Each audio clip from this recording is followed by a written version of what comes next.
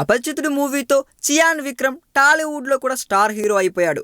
ఆ తర్వాత సరైన హిట్ లేకపోయినా విక్రమ్కు ఉన్న క్రేజ్ మాత్రం సాధారణమైనది కాదనే చెప్పాలి. రీసెంట్గా రిలీజ్ అయిన ఇంకొకటి మూవీ సాధించిన కలెక్షన్స్ చూస్తే టాలీవుడ్లో విక్రమ్కు ఉన్న క్రేజ్ ఎంతో అర్థమైపోతుంది. ఇప్పుడు ఈ టాలెంటెడ్ యాక్టర్ కొడుకు కూడా సినిమాల్లోకి రాబోతున్నాడండోయ్. లండన్లో చదువుకుంటున్న ధ్రువ్ కృష్ణ సినిమాలో ఎంట్రీ ఇచ్చేందుకు బాగా ఉత్సాహం చూపుతున్నాడంట.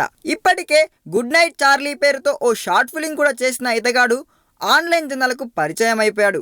ఆ మూవీ ఇచ్చిన జోష్తోనే సిల్వర్ స్క్రీన్ పై కూడా ఈ ధ్రువకృష్ణ తన సత్తా చాటడానికి వస్తున్నాడండోయ్. ఇప్పటికే లండన్లో ఫిలిం ట్రైన్ తీసుకుంటున్న ఈ కుర్రాడు వచ్చే ఏడాది టాలీవుడ్ కోలీవుడ్లో పరిచయం కానున్నాడు.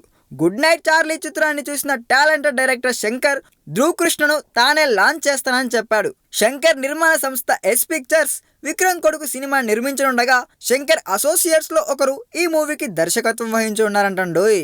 ఈ వీడియో మీకు నచ్చినట్లయితే సబ్స్క్రైబ్ చేయండి. ఫిలిమి స్టార్స్ బోల్డ్ అంత న్యూస్ బోల్డ్ గా.